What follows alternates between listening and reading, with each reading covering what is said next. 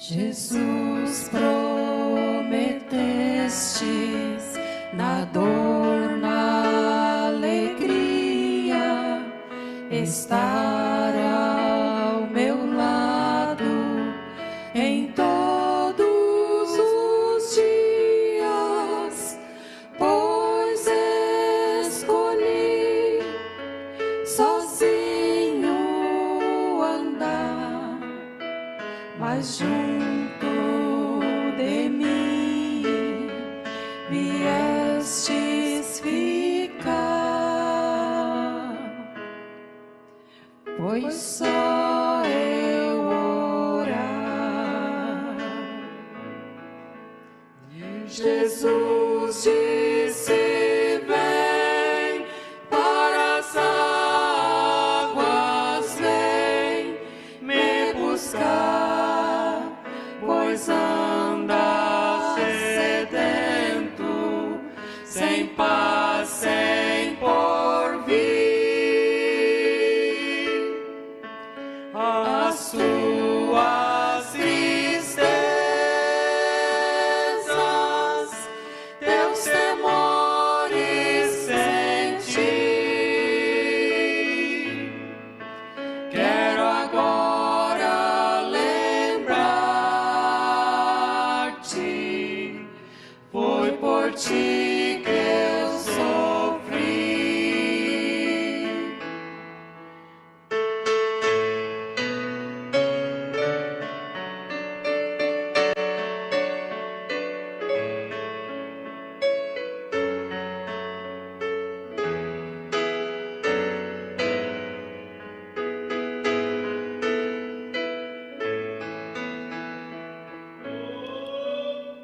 A sua bondade não posso entender, mas sei que era o plano do eterno querer.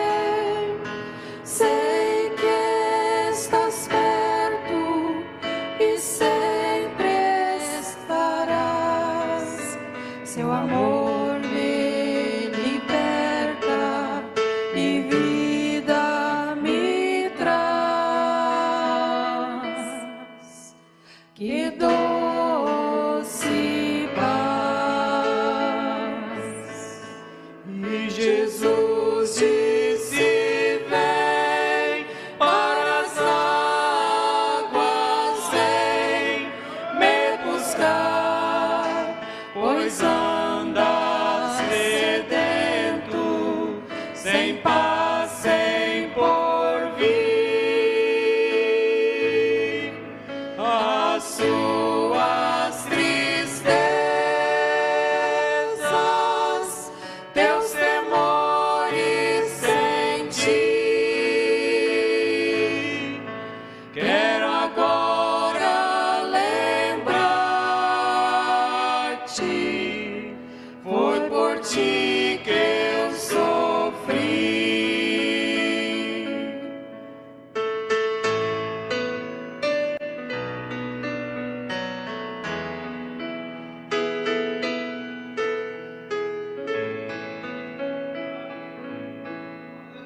Jesus, eu te entrego o meu coração e sei que sem Deus não há salvação. Tudo fizestes por mim, pecador, por isso eu te entrego meu grato louvor.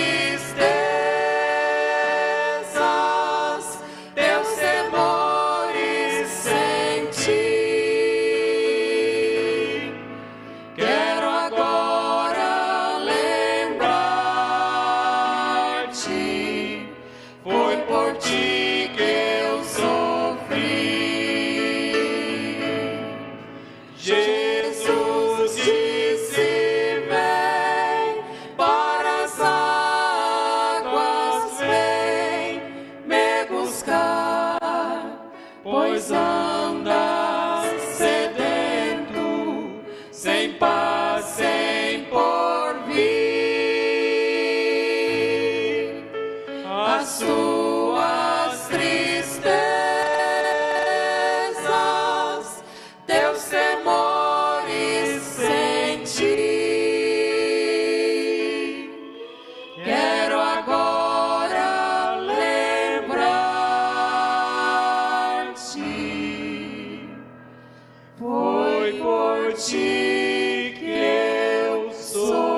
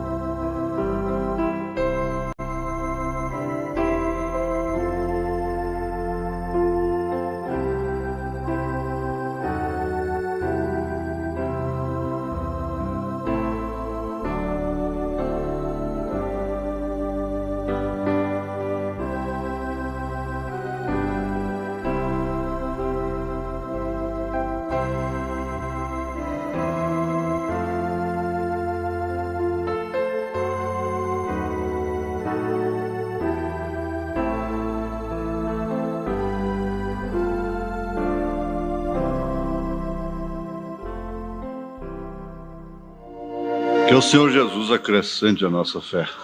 Amém. Vamos ver aqui na carta aos Romanos, capítulo 7, no verso 14 ao 25. Porque bem sabemos que a lei é espiritual, mas eu sou carnal, vendido sob o pecado. Porque o que eu faço não o aprovo, pois o que quero, isso não faço, mas o que eu aborreço, isso faço. E se faço o que não quero, consinto com a lei que é boa.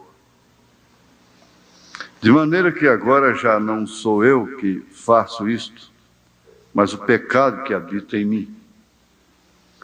Porque eu sei que em mim, isto é, na minha carne, não habita bem algum.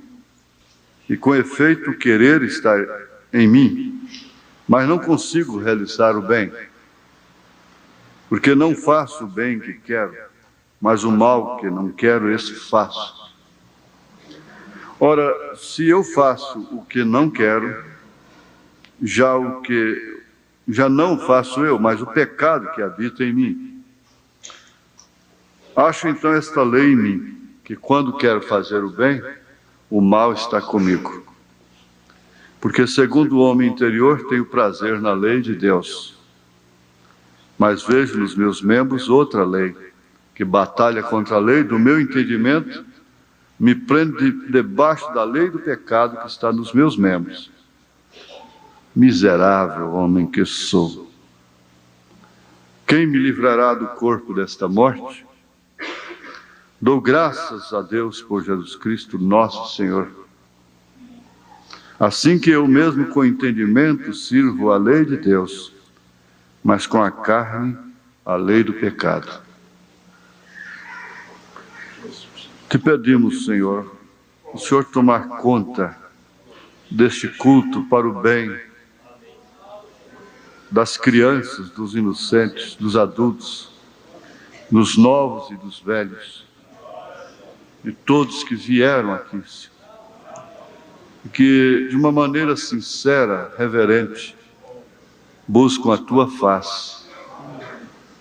Pedimos que o Senhor vivifique a Tua palavra, também para a cura divina, para a libertação dos oprimidos. Em nome de Jesus Cristo. Amém. Assentai-vos.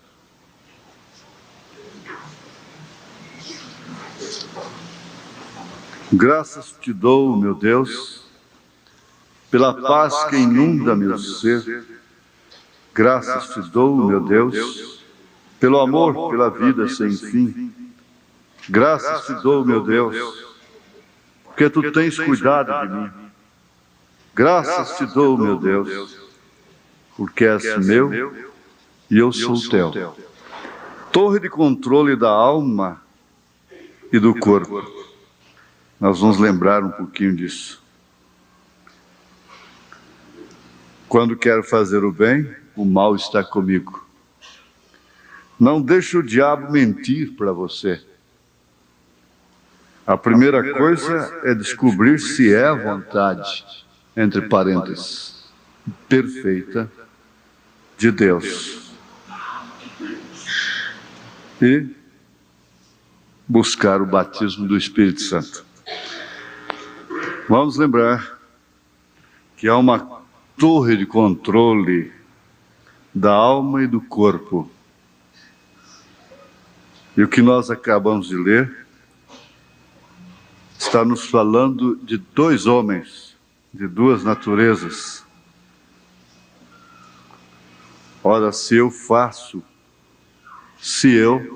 o que não quero, já o não faço eu, mas o pecado que habita em mim. Não deixe o diabo mentir para você. A primeira coisa que você tem que fazer é descobrir se é a vontade perfeita de Deus. Nós vamos ter um pouquinho de tempo com a mensagem Sede. O título dela é Sede. Nós vamos ver aí do parágrafo 31, possivelmente até o 36, 37. Por aí assim. Agora nós vamos encontrar aqui em primeiro plano é que existe uma torre de controle da alma e uma para o corpo. E cada torre é uma advertência para as necessidades do outro. Cada uma chama pela necessidade que o clamor está clamando. Isto envia uma onda de advertência. Então, todo ser humano tem isso. Por exemplo, a carne tem sede de satisfazer os desejos que estão no corpo, as necessidades do corpo. E o espírito deseja as coisas que estão na alma. O desejo está muitas vezes em guerra um com o outro. Então nós vamos lembrar daquele índio que se converteu ao Senhor Jesus e recebeu o Espírito Santo. Então lhe perguntaram como é que ele estava se sentindo com aquela nova vida. Ele disse na linguagem de índio, ele disse: índio está como quem tem dois cães dentro de si, um branco e um preto, constantemente um rosnando para o outro. Estão sempre brigando, guerreando um contra o outro. Aí lhe perguntaram qual dos cães que vence a guerra. Ele disse: é aquele que índio mais alimenta. Agora, isso combina perfeitamente com o que o profeta está mostrando aqui, porque isso não é apenas uma dedução psiquiátrica, psicóloga, científica. Isso vem do Espírito Santo, que realmente conhece a estrutura do homem. O salmista diz que o Senhor conhece a estrutura do homem. Ele conhece a minha estrutura. Ele conhece a sua estrutura. E conhecendo a sua estrutura, o que ele faz? Ele mostra para você aquilo que você é mais vulnerável, as partes que você, vamos dizer mais claro, aquilo que é mais fraco, o seu ponto fraco da sua estrutura. O profeta diz: há homens que nascem como alcoólatras. Há muitos que tentam inserir o vício em si. Por isso eles conseguem beber de uma maneira temperante, somente em festas, vinhos e coisas assim, em determinados acontecimentos. Outros, porém, basta começar e eles não conseguem mais controlar. Ele disse: você não nasce com desejo de fumar. Para fumar você precisa aceitar, antes de tudo, insistir com o seu organismo, até que o seu organismo possa se tornar vítima daquilo, ser vencido por aquilo. Não é um fundo que clama o fundo. Ele disse também que há homens que nascem com problemas de sexo. E então, esses desejos estão muitas vezes em guerra um contra o outro. Agora, não vamos falar somente de aberrações, de vícios, de tara sexual. Vamos falar daquilo mesmo que é normal, natural, que é lícito. E que muitas vezes não nos convém. É isso que ele está enfatizando. Porque depende muito, muito mesmo da noção daquilo que a pessoa tem, da noção que a pessoa tem a respeito do bem e do mal. Porque ninguém pode dizer, olha, Paulo está dizendo aqui, em Romanos capítulo 7, que ele não queria matar, mas matava. Que ele queria roubar, não queria roubar, mas roubava. Que ele não queria prostituir, mas prostituía. Que ele não queria beber, mas bebia. Que ele não queria fumar, mas fumava. Não, não é isso. Vocês estão entendendo?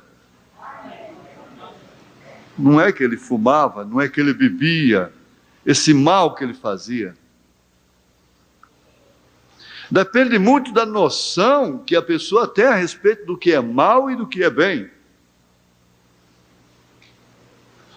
O mal habita em nós, na carne, de uma forma natural, porque a inclinação é inimizade contra Deus.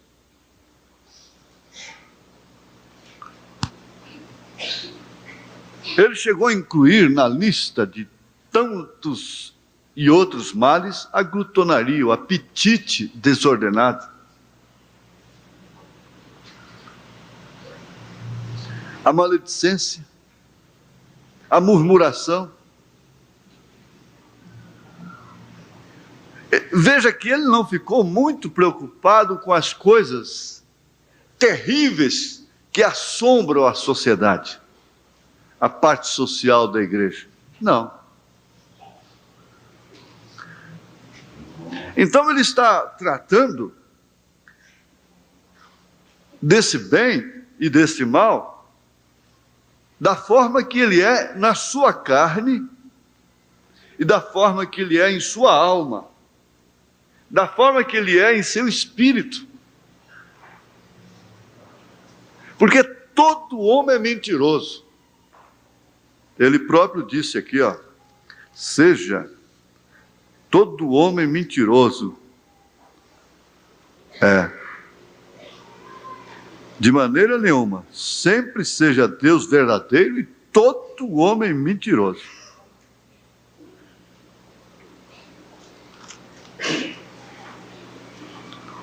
Então, só de dizer que não tem pecado, já está pecando.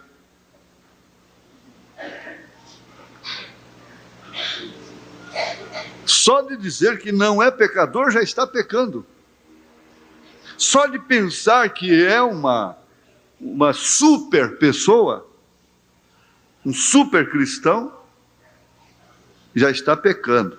Então, aquele irmão que julgava ser um cristão diferente dos demais, mais perfeito, foi lá no alto da colina para consertar a congregação lá que estava em litígio, em divergência, irmãos contra irmãos. Então ele, dizendo ser melhor cristão do que os demais, foi lá em cima. E ele então teve aquela experiência daquele senhor, daquele homem carregando um fardo muito grande, ofegante. E por um pouco de tempo, ele não discerniu, ele pensou que teria que ajudar aquele homem. Mas logo ele percebeu que era o Senhor Jesus, carregando um saco, na colina ao lado dele. E quando ele perguntou o que era aquele saco, ele disse: esse saco aqui é de pecado. Ele disse: então o senhor está carregando o pecado do mundo todo dentro desse saco? Ele disse: não, esse aqui é somente os seus pecados. Agora, aquele irmão era tido como um dos melhores cristãos daquela região. O Senhor Jesus estava carregando um saco de pecado dele. E o próprio irmão Branham, quando entrou naquele bar, e que viu aquela mulher velha, com rouge, batom, naquelas rugas, entre dois homens bebendo e fumando, aquele quadro mais horrível, ele pensou consigo mesmo: por que Deus não varre uma peste dessa da terra? No mesmo instante, o Senhor o chamou lá fora e mostrou para ele o arco-íris de sangue. E aquilo estava como que bombeando sangue. E vamos dizer, cada impulsão daquela era um pecado que ele cometia. Ele, o profeta. Eu disse: isso aí é você, ó. Isso aí é por você. Ele voltou lá e fez uma reunião de oração com eles lá. Vocês conhecem a história. Os visitantes ficam mais ou menos informados. Porque ele voltou, pediu perdão para a mulher e começou a pregar para eles. E até aquele guarda, aquele militar que estava jogando lá naquela máquina cata-níquel, passou para a reunião de oração também. À noite ela estava no culto e foi salva. Ele disse também que a igreja tem que lutar com o pecado até o último segundo aqui. Então nós somos um grupo de pessoas conscientes, que temos a noção perfeita do que é o mal e do que é o bem. E em tudo você vai fazer possível para o seu mal não afetar a terceiros. Dificilmente o mal de uma mãe não afeta seus filhos. O mal de um pai não afeta seus filhos. Dificilmente. Mas ele disse: em mim não habita bem algum. Aí ele estava separando outro eu lá dentro, sua alma, disse: aquilo que eu não quero, isto faço. O eu lá dentro. Então aquilo estava como que uma guerra. Nós encontramos ali que este é um grande problema hoje, que muitas pessoas estão tentando viver entre aqueles dois desejos. Pois um deseja as coisas da terra, o outro deseja as coisas do céu. Agora, não podemos também aceitar que então nós, não praticando os grandes males, os pecados sociais, que então por isso estamos bem, estamos salvos. Não, ele foi aquele mancebo de qualidade, Jesus foi a ele, ou ele veio a Jesus. E aquele rapaz nunca havia adulterado, mentido, roubado, guardava os mandamentos. E Nicodemos ainda tinha que nascer de novo, se quisesse ver o reino dos céus. Ora, como Paulo descreve isto em Romanos 7. Quando quero fazer o bem, o mal está comigo. Quando você tenta, você já teve aquilo em experiência, cristãos? Aquilo? Quando você está tentando fazer algo que vale a pena, vai fazer um esforço para fazer algo que é bom, algo que você entende que é a perfeita vontade de Deus. Quando você se esforça, está tentando fazer o culto doméstico em casa e não consegue, ele vai dizer aqui: faça de todas as maneiras. Quando você está tentando vir à escola dominical e não consegue, você está tentando, se esforçando, mas não consegue. Ele disse: venha de todas as formas.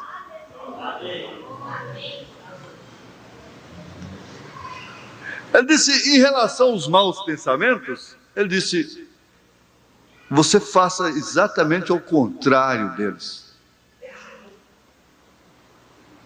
Qualquer lado que Ló escolhesse, Abraão sabia por si mesmo que era o lado errado, era o lado da carne. Então você vai em sentido contrário, age exatamente ao contrário daquilo.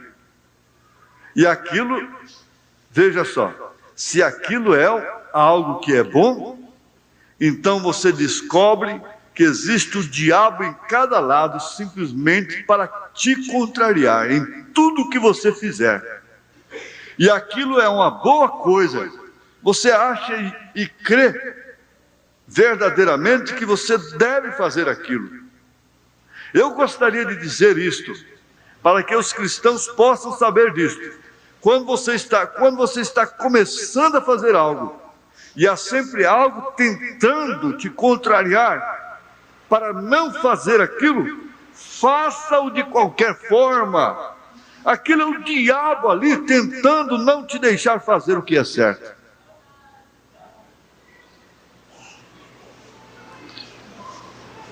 Agora, quem poderia entender que o diabo não quer o culto doméstico em casa? E ele tem conseguido através de todos os meios. Porque é onde a gente tem que desafiar os boys, os rapazes, as moças, as mocinhas. Se na hora que seu pai, sua mãe põe leite, pão com manteiga na mesa, no desjejum, e outros alimentos na mesa de manhã, você se assenta lá e come, não é? Mas na hora que ele pega a Bíblia para cantar um hino, ler as Escrituras e orar, não, isso não é para você. O pão, a manteiga é para ele, é para ela. Mas a Bíblia, a oração, cantar não.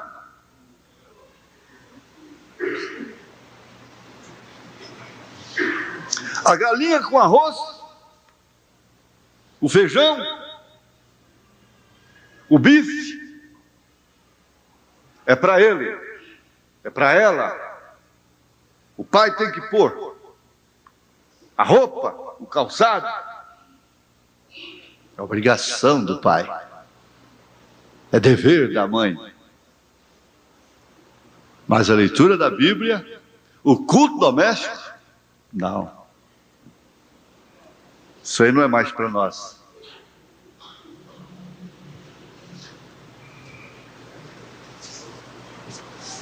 Então muitas coisas levantam para te contrariar. O diabo não quer que haja uma reunião de oração em família.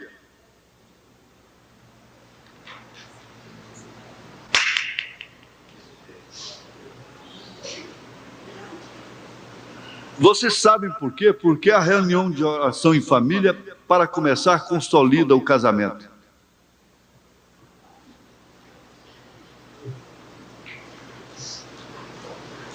Esse país nunca vai se levantar.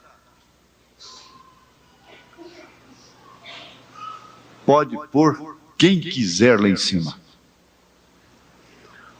A menos que as famílias começassem a orar em casa, de joelhos, e caísse temor no coração das mães, das esposas, dos pais, dos maridos e dos filhos. A injustiça opera terrivelmente dentro de casa.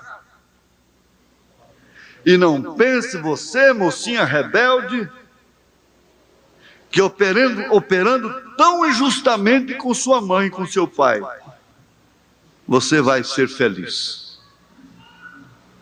Não, rapazinho, não pense que você vai ser feliz simplesmente porque seu pai tem um coração mole e te perdoa, e essa mãe tem um coração mole, te perdoa, te suporta.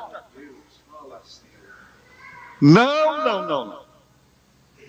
Hoje nós aprendemos de manhã que Deus não muda o seu parecer. Ele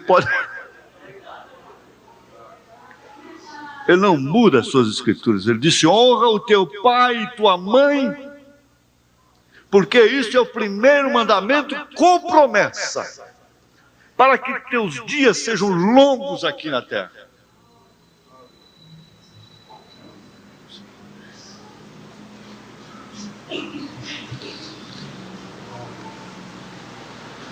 Mas é custoso fazer um culto doméstico diante de um aparelho de televisão. A própria consciência não permite abrir uma Bíblia com a televisão ali. Que tem, aquilo lá é ferro, é vidro, é tubo, é transistor, é instalação elétrica. O que tem isso? Mas há um constrangimento. Há um constrangimento em orar, em ajoelhar, numa sala que tem um televisor.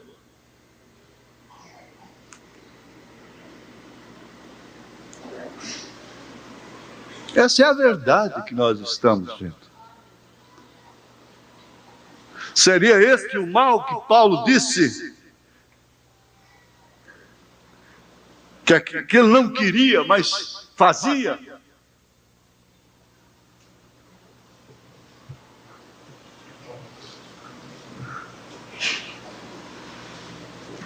Olha, vejamos isso. Que essa torre de controle, ela tem comunicação uma com a outra. Cada uma chama pela necessidade que o clamor está clamando, e isso envia uma onda de advertência para a outra. O Espírito adverte o seu raciocínio, a sua consciência, e te constrange a vir no altar. Por que que muitas pessoas não vêm mais ao altar quando vinham antes?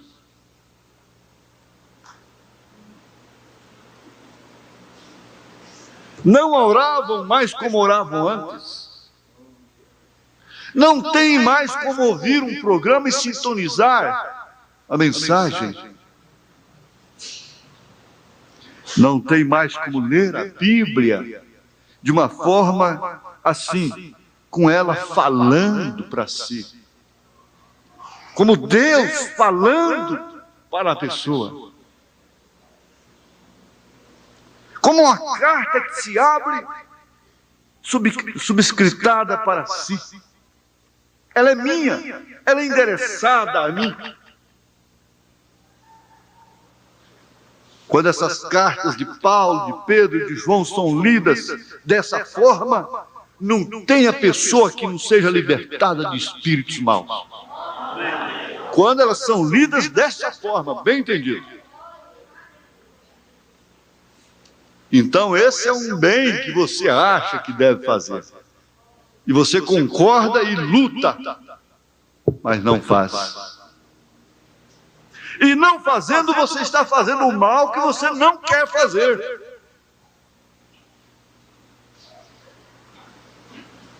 Não fazendo este bem, você está fazendo o mal que você não quer fazer. E deixando de fazer o bem que você quer fazer.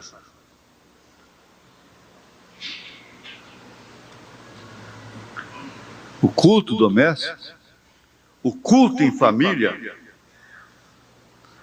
responsabiliza, tira arestas, há acertos no culto em família. Mas o tempo que nós estamos vivendo não permite. Porque o labor é grande demais. Os compromissos estão avultuando, aumentando a cada dia. Cumprindo exatamente aquilo que Jesus disse. Como foi nos dias de Noé, assim também será na vinda do Filho do Homem. Como foi nos dias de Sodoma e de Gomorra, assim também será na vinda do Filho do Homem. Agora, a vinda do Filho do Homem começa com a vinda do profeta. O profeta é um filho do homem. Profeta precursor. Então, os dias estão exatamente iguais ao de Noé. E nos dias de Noé, a torre de controle espiritual não pôde falar mais com ninguém a não ser com ele. E foram apenas 8 pessoas que entraram na arca. Apenas 8. E estavam vivendo uma civilização muito maior do que a nossa de hoje.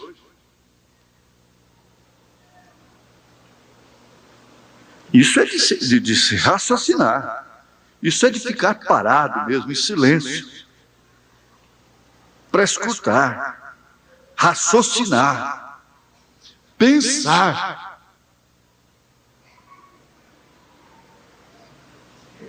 Dar as mãos, orar abraçado, sentindo o calor um do outro. Isso já foi o tempo. Abraçar é só para sexo, não é para orar. Não é para carinhar, não é para acariciar, não é para animar, dar uma palavra de ânimo no ouvido, mais próximo, mais terno, mais gracioso. Não.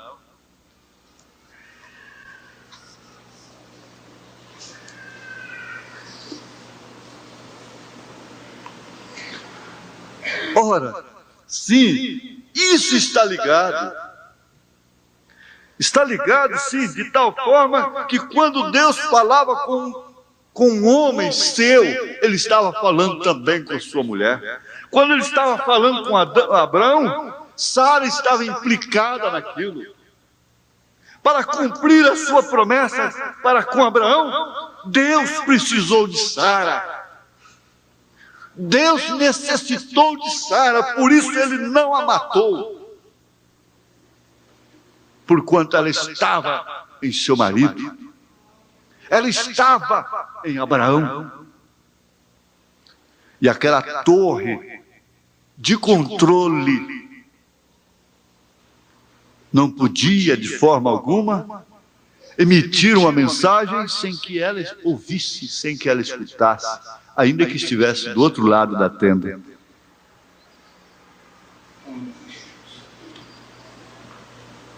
Quando ela escutou o que Deus falava com Abraão,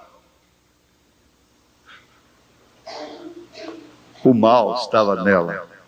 O mal do bom senso. O mal da razão. O mal do próprio bom senso. Como é que eu vou ter filho ainda? Se eu já sou uma velha. Quando nova eu não tive, agora que eu vou ter? Depois de velha, acabada. E é exatamente isso que está acontecendo comigo e com você. É por causa da condição que nós temos, da carne. E nós julgamos que Deus terá que levar a sua noiva pela condição da carne. Mas não é pela condição da carne. Pela condição da carne, nunca Isaac teria nascido. Nunca. Está certo isso? Pela condição da carne, nunca. Você sabe o que é nunca? Nunca teria nascido Isaac. Pela condição da nossa carne, Jesus nunca virá.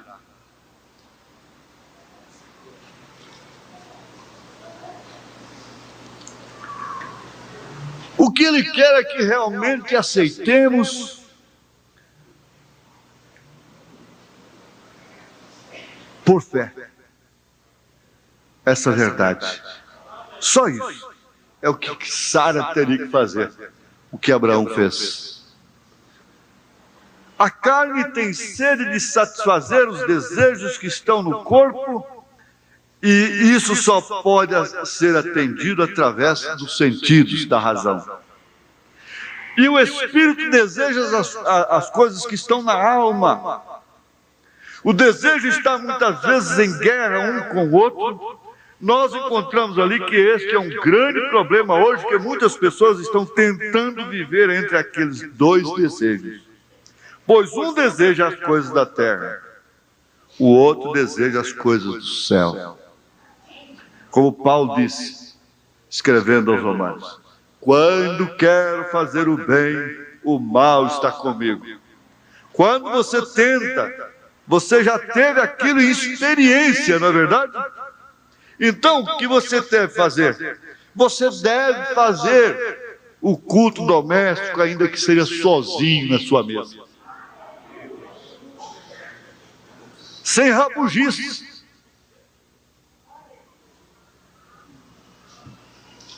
Sem fanatismo. Na verdade.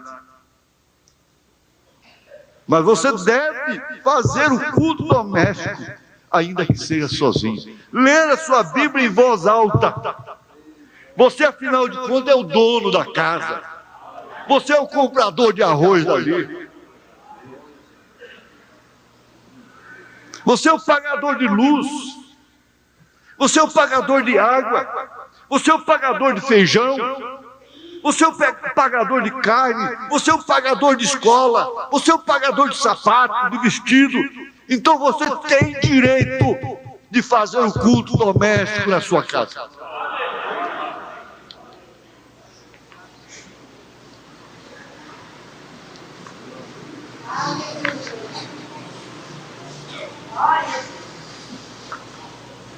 A gente, quando cresce dessa forma, a gente entende E olha, eu vou dizer para vocês,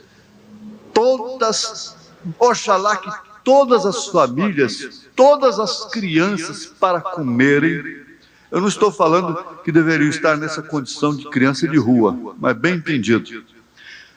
Deve ser bem entendido o que eu vou dizer. Mas todas as crianças que existem neste mundo deveriam ter circunstâncias através das quais elas pudessem crescer vendo que era Deus que trazia as coisas para elas em casa. Elas teriam que ver seus pais orando: Senhor, me dá pão para amanhã, me ajuda a ganhar o pão, me ajuda a pagar meus compromissos. Mas elas não têm esse tipo de guerra.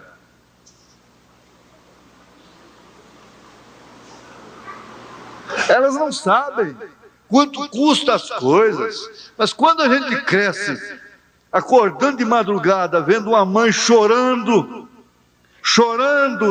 de joelhos, chorando,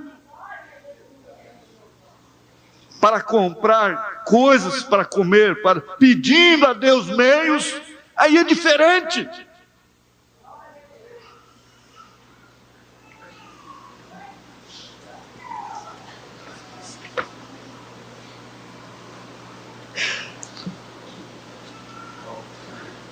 Agora, Deus quer que você faça aquilo, mas o diabo não quer. E o diabo tem só uma maneira de agir, é através da carne. Deus só tem uma maneira de agir, é através do Espírito. Agora, muitas vezes eu encontro com pessoas que são propensas a ser um pouquinho nervosas. Quando elas descobrem que estão tentando fazer algo, e tudo está simplesmente bloqueando, isso de ambos os lados, elas dizem: isso talvez não seja a vontade de Deus. Vem? Agora, não deixe o diabo mentir para você assim. Nós já estamos no outro lado da escola dominical.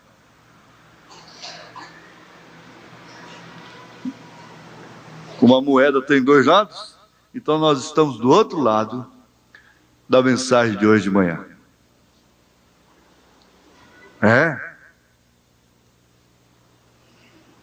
Para fazer o que é correto, para fazer aquilo que convém, aquilo que é certo, que é o bem. Ora, há tantos tropeços, há tantos bloqueios, que você chega a pensar: isso talvez não seja a vontade de Deus. Agora, não deixe o diabo mentir para você assim. Se você tem certeza daquilo, faça aquilo de todas as formas. Deixe de contrariar o seu espírito e contrarie o diabo. Deixe o diabo contrariado. O diabo tem que estar contrariado, não Deus. Deus não deve estar contrariado com você, mas quem deve estar contrariado com você é o diabo. Todos os dias. Porque é tão fácil desobedecer a Deus, e é tão difícil desobedecer ao diabo. É tão fácil obedecer ao diabo, e é tão difícil obedecer a Deus. É tão fácil cortar cabelo, é tão fácil vestir essas roupas meia lá, meia cá, meia pedra, meio tijolo. Por que não vai logo de uma vez? Não faça tudo logo que tem desejo. Essa coisa morna, não é a coisa nem outra.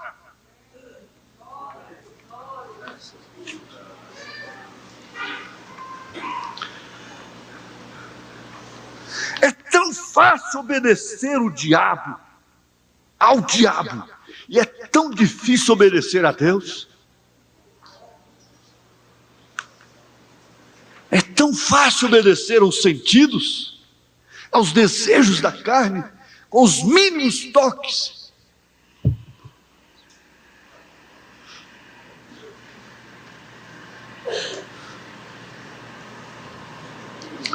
Agora, a primeira coisa que você tem que fazer, quando você vai fazer alguma coisa, é você descobrir se aquilo é a vontade perfeita de Deus ou não. Sendo a vontade de Deus, se você descobrir que aquilo é a vontade de Deus, você vai deixar o diabo contrariado. Porque você faça, eu vou fazer aquilo. Muito embora o diabo vai ficar revoltado, contrariado, mas eu vou fazer.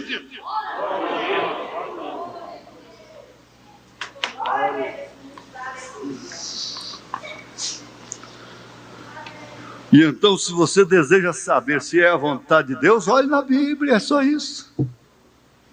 Ali está a coisa, ali está a torre que te endireita. É a palavra de Deus. Então, se você vê que isso está na palavra de Deus,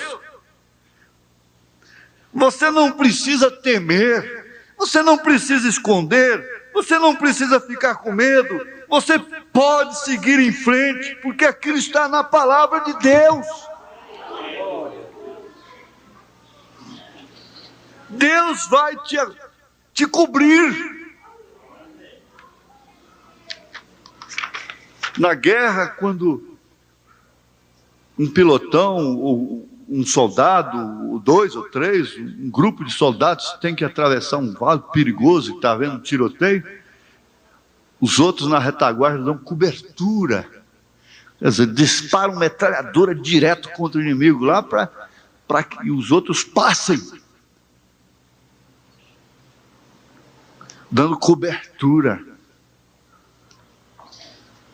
Como, por exemplo, você está procurando pelo batismo do Espírito Santo, está certo?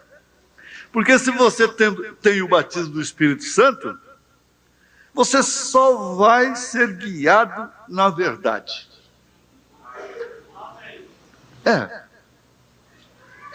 Muitas vezes eu chego às pessoas que dizem, bem, eu tenho procurado pelo Espírito Santo, e eu simplesmente não posso recebê-lo. Ora, mas o que significa receber o Espírito Santo? Significa isso, você olhar na Bíblia e fazer aquilo que a Bíblia diz. Você crê naquilo que a Bíblia diz. Isso é que é o Espírito Santo. Não é o quanto você vai emocionar-se, vai se emocionar, vai gritar. Não, não é isso. É o quanto você vai obedecer, só isso.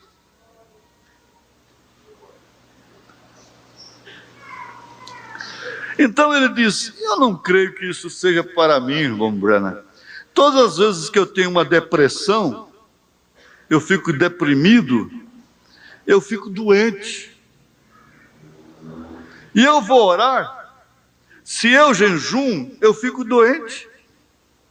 E se eu tento ficar a noite toda ou ficar acordado, fico tão sonolento.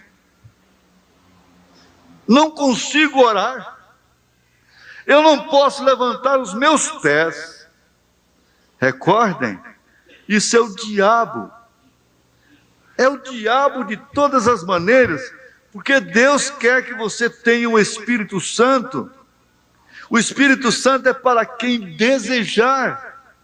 O Espírito Santo é para quem tem sede dele. Muitas vezes você encontra, quando você recebe oração em uma reunião para a cura divina, então no dia seguinte você descobre, sem dúvida, que o diabo fará aquilo se tornar 2 vezes pior do que estava no dia anterior. Vocês que por acaso estejam doentes, observem isto. Ele está dizendo, você veio nessa reunião aqui. Esse mal pode piorar 2 vezes mais do que antes de você vir aqui. Antes de você receber a oração. Antes de você participar dessa atmosfera, que não é só a oração, imposição de mãos, não é isso. É a atmosfera do culto.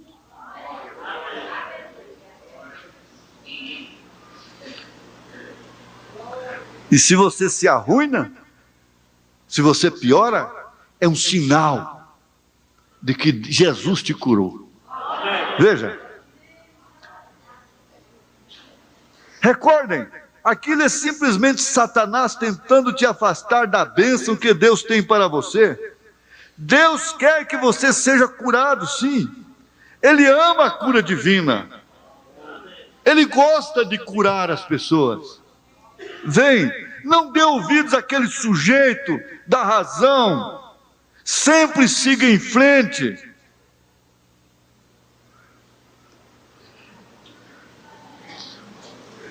Agora ele diz aqui, lá atrás nas selvas, recentemente lá atrás, 480 milhas da civilização mais próxima, uma cidadezinha pequena de umas 3.000 pessoas, de Beira, em Moçambique, nós encontramos nativos que nem mesmo nunca viram uma pessoa branca. Eu vi uma menina nativa, ela estava sem roupas. Todos eles dificilmente usam roupas. E ela estava sentada em uma árvore. E eu estava seguindo o rastro de um leão. E ali estava. Eu via algo como um ser humano gritando. Esta menina nativa estava ali em cima, de olhos arregalados, segurando um bebê. Ela subiu numa árvore. E como ela estava assustada, aquela é a única proteção que ela tinha. Era subir em uma árvore, por causa do leão, por causa do leopardo, outra coisa, ou qualquer animal. E ela havia me visto, e eu vi que era um ser humano, mas quando ela olhou e viu uma pessoa branca, ela nunca havia visto uma em sua vida, então ela ficou morrendo de medo e subiu na árvore, pensando que era um bicho também.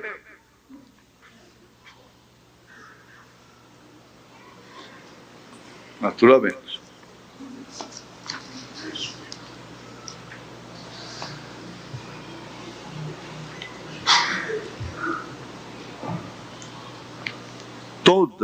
Todas as pessoas que vivem no seu ambiente, elas sabem como se protegerem dos perigos daquela região. E aquela pobre criança sabia que a maneira dela se proteger do leão, do leopardo, ou de qualquer outro animal, inclusive de um homem branco, era subir numa árvore. Isto quer dizer, ela sabia que uma árvore podia lhe proteger. Então ela subia ali, ela subiu ali. E eles dizem que o Tiú, quando está perseguido por uma cobra, por uma serpente, ele vai dando trégua e vai indo até que ele chega perto de uma determinada raiz. Então ele começa a dar chicotada. Começa a guerra. Por quê? Porque ele encontrou aquilo que pode lhe proteger. Então agora ele pode guerrear. Quando a cobra lhe fere, ele corre lá e dá uma mordida naquela raiz. E aquela raiz lhe protege do veneno da cobra. Agora, todos os animais, pelos seus próprios instintos, sabem como se defender de seus inimigos. Por que uma moça não sabe se defender? Por que um moço não sabe se defender? Por que um homem não sabe se proteger? Dizendo-se cristão, tendo esta árvore da vida, tendo esta raiz de Jessé,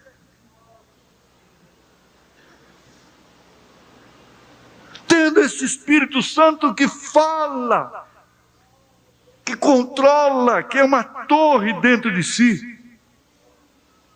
Nós não era para nós estarmos as palpadelas, assustados, amedrontados, queixosos,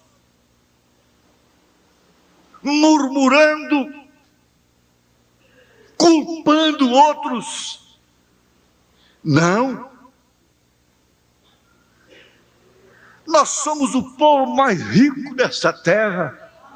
Nós somos o povo mais protegido que existe nessa terra. Para começar, essa terra ainda existe, esse sistema ainda existe, porque nós estamos ainda nela.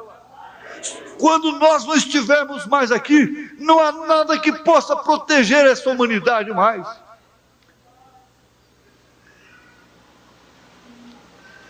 Isso não é tonteria.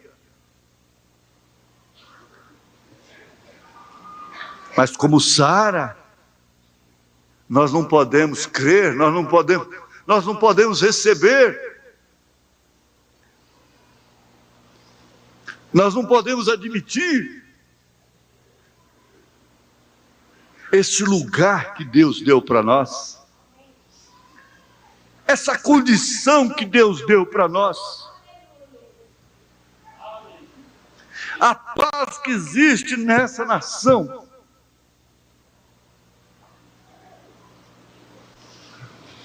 é por causa da mensagem, é por causa desse povinho. Eles não podem admitir.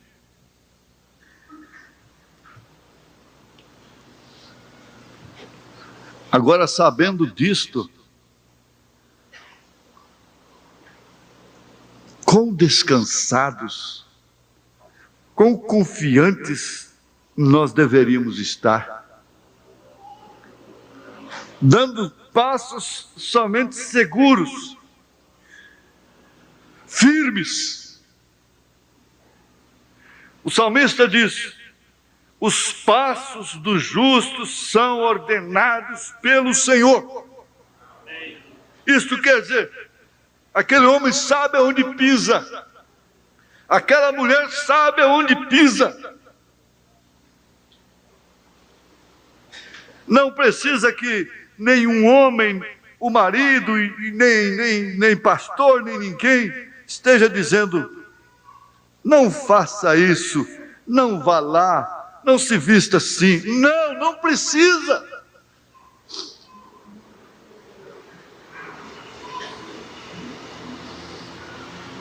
Ela sente mal em determinados recintos.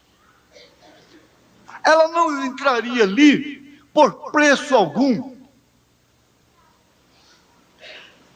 Ela não teria tais amizades. Você sabe que uma mulher, especialmente a mulher, ela é julgada pelas amigas dela. Se uma mulher anda com mulher de rua, pode saber que ela também prostitui.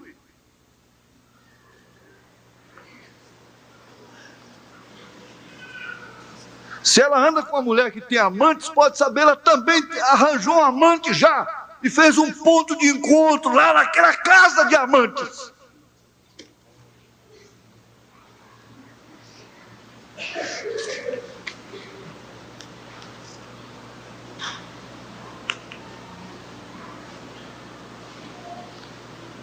Nada disso seria necessário.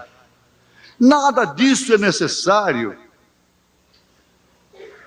Você sabe, como São Paulo, o que é bem e o que é mal. Você sabe perfeitamente. E você conhece a arma que te protege. Você conhece o lugar que te protege. Você sabe onde você está perfeitamente velada. Não está exposta.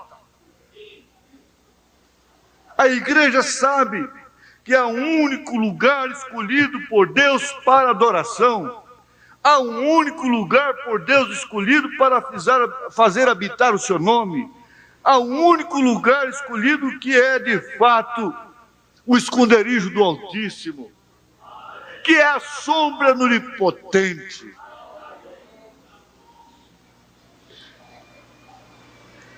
Há um único lugar. Ele não se assenta nas rodas dos escarnecedores. Ele não anda com ímpios. Ele não pode ter assunto com ímpios. E com facilidade pode-se entender, diz o profeta, diga às pessoas com quem você se associa, e eu direi a qualidade de espírito que você tem.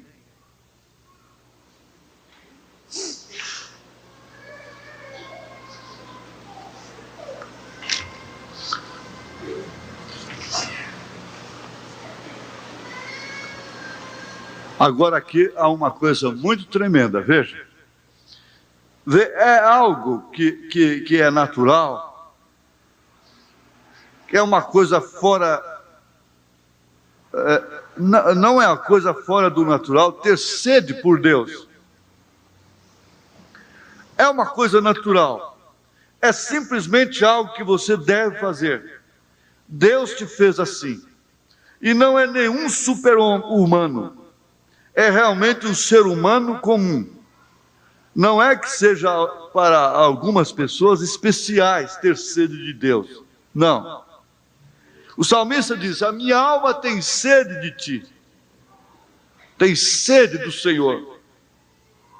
Bem, eu já vi algumas pessoas viverem uma vida vitoriosa, que estão constantemente no telhado louvando a Deus. Eu gostaria de me sentir desta forma, mas eu não consigo. Até porque há muitos deles que gritam e louvam, estão sempre felizes, e no entanto não dão testemunho disso depois. Isso não importa. Bem, a razão pela qual você está se sentindo desta maneira é a sede que há em você. Há de fato uma sede em você. Por isso não tem nada que te satisfaça. E é simplesmente uma coisa natural. É para cada pessoa ter sede de Deus. Você pode viver mais tempo sem alimento do que sem água. Porque você pode jejuar por 40 dias. Jesus o fez. Eu suponho, sem alimento.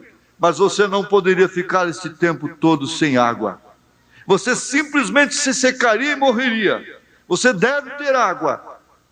E a sede que vem em você, ora, é para mostrar que o corpo está necessitando de algo, para se mostrar, para se manter vivo. O corpo tem que ter água para permanecer vivo. Você é composto de 80 e tantos % de água e petróleo. De qualquer maneira, você tem que obter estas fontes para se manter vivo. Como eu disse, se você negligenciar, você perecerá. A sede é um alarme, e você tem um despertador, um alarme dentro de você, que você se encontra sedento de estar certo de Deus, como aquela viúva estava certa de Deus lá em Serepta de Sidom, no tempo de Elias.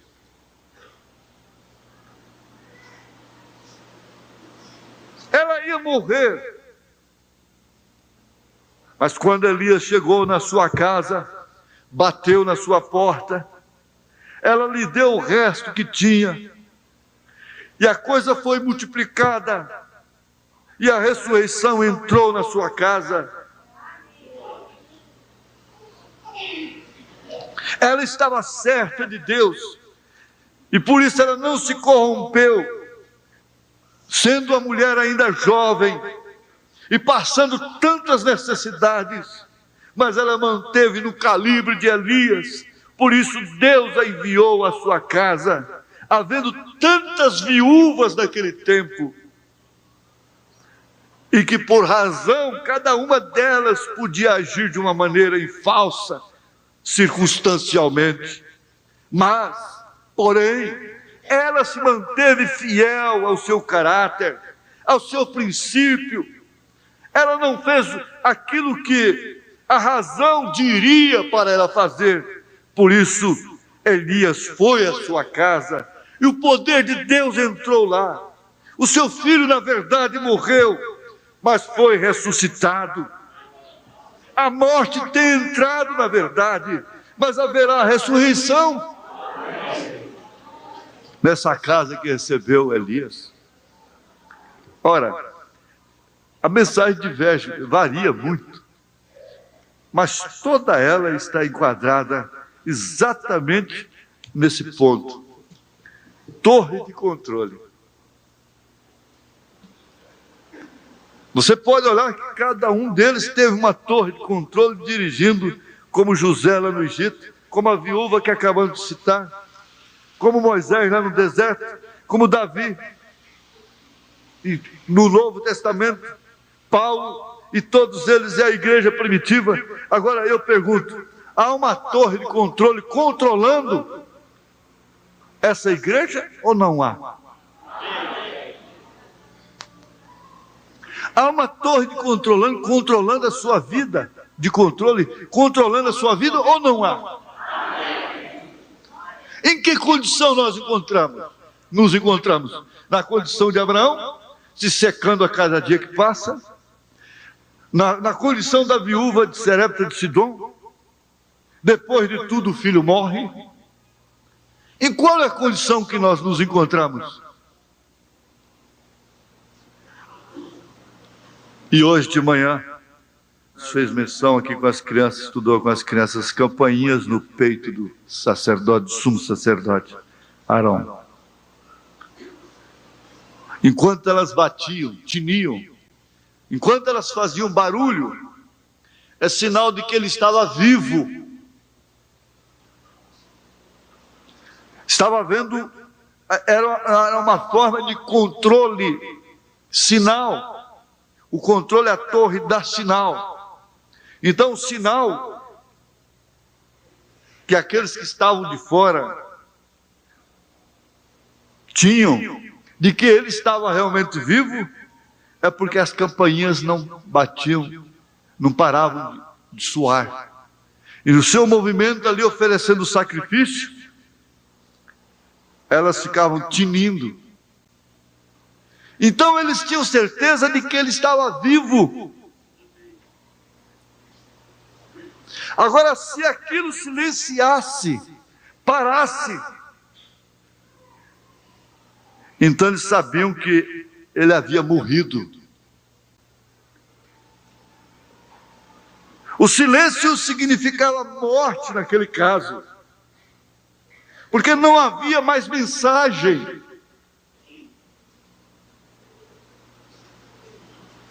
As campainhas significavam a mensagem de que havia vida. Agora, essas campainhas têm tinido aqui constantemente.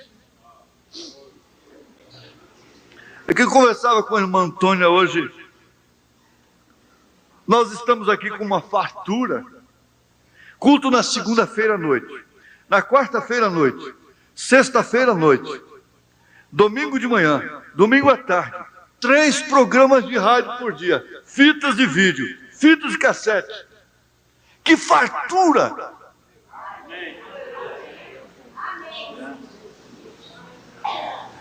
Está havendo vozes, sinais, mas o silêncio virá.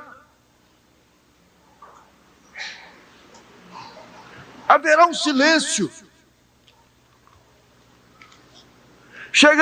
Poderá chegar um momento que você vai suspirar por um culto desse, suspirar por uma escola dominical, suspirar para ouvir um programa de rádio, uma mensagem, e não vai encontrar.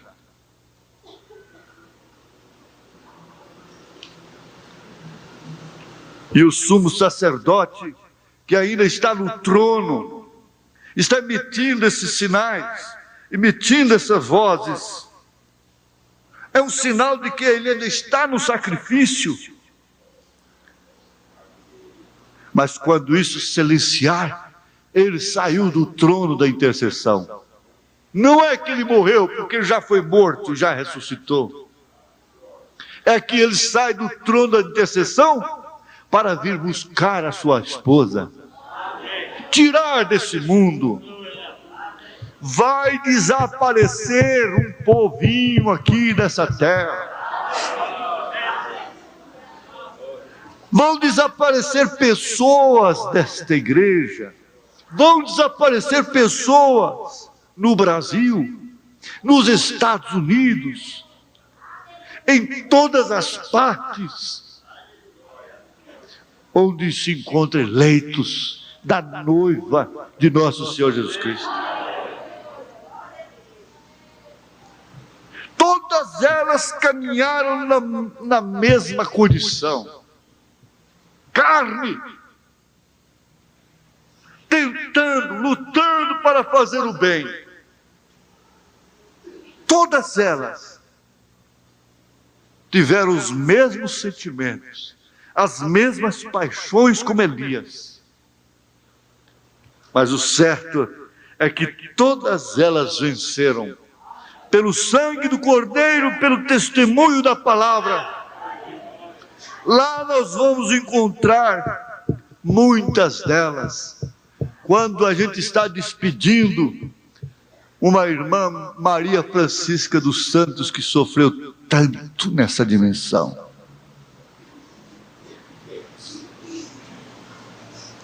Quando a gente está despedindo mais um dessa dimensão aqui, ora, a gente tem certeza absoluta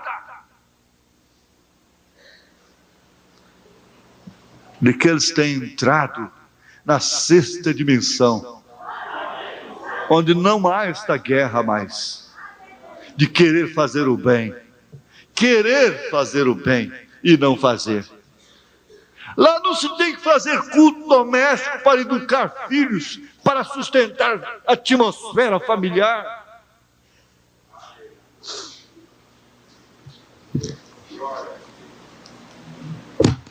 Lá não vai ter sofrer dor de cabeça por causa de mulher, por causa de marido rebelde, por causa de filhos rebeldes. Não vai ter isso.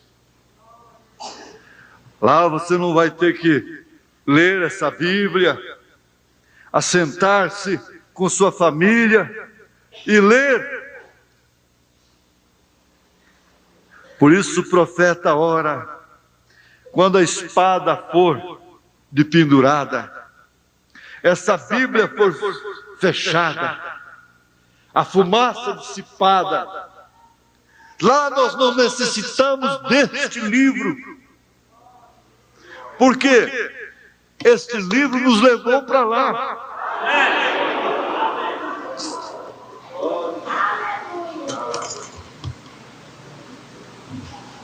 Lá nós não vamos precisar de uma consulta médica. Lá nós não vamos ter que nos hospitalizar. Lá nós não vamos nos envelhecer. Nós não vamos ver os cabelos ficando grisalhos. O tempo passando.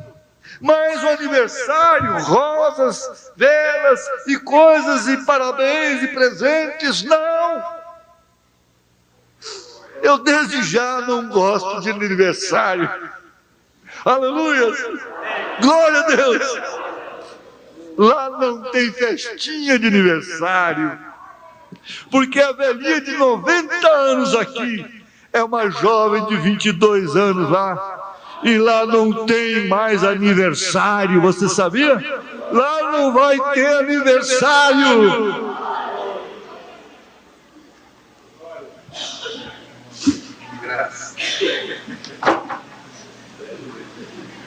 Ele está dizendo ali, graças a Deus. O outro, amém. Amém. Amém. Amém. Aleluia. Glória a Deus. Amém. Amém, Jesus. Amém. Glória a Deus. Aleluia. Graças ao Senhor. Graças a Deus.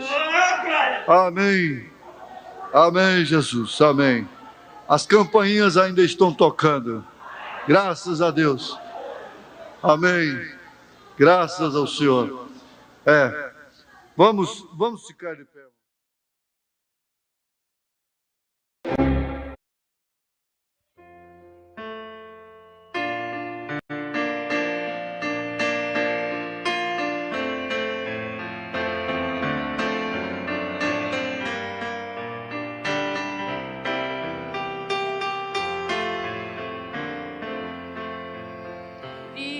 Cristo caminhava lentamente, passo a passo com decisão. De repente ele falou, alguém tocou-me, alguém do meio da multidão. A multidão te oprime de todos os lados assim. Cristo disse, alguém tocou-me diferente, pois eu senti, saiu virtude de mim. Toca pela fé agora em Jesus, pois Ele vai te conceder a luz. Estende a mão, Jesus vai te tocar. Toca pela fé agora, é só pedir, que de Jesus virtude vai sair. Estende a mão, Jesus vai te tocar.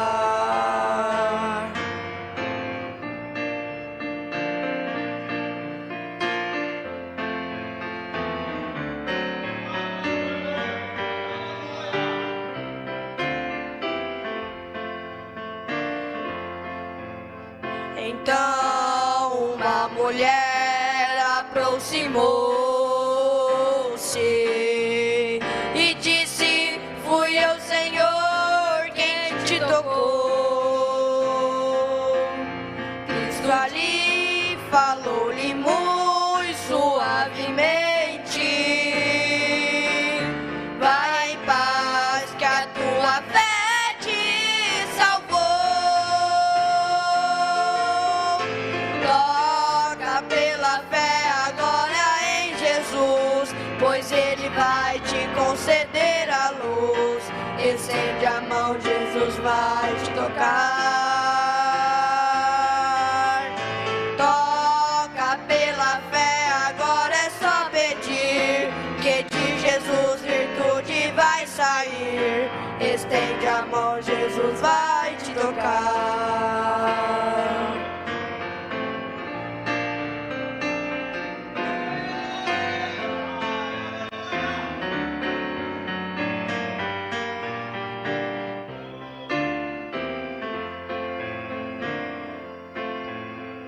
Queres a alegria em tua vida, se queres a vitória em teu lar, sinta agora a morte transformar-se em vida,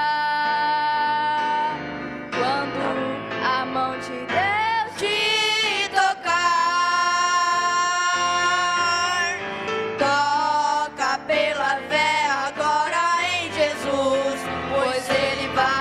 Conceder a luz, estende a mão, Jesus vai te tocar.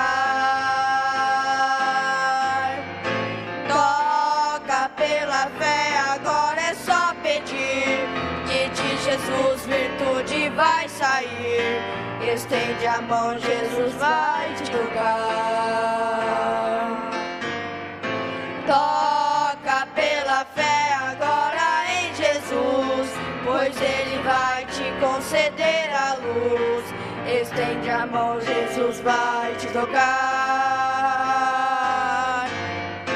Toca pela fé agora, é só pedir, que de Jesus virtude vai sair.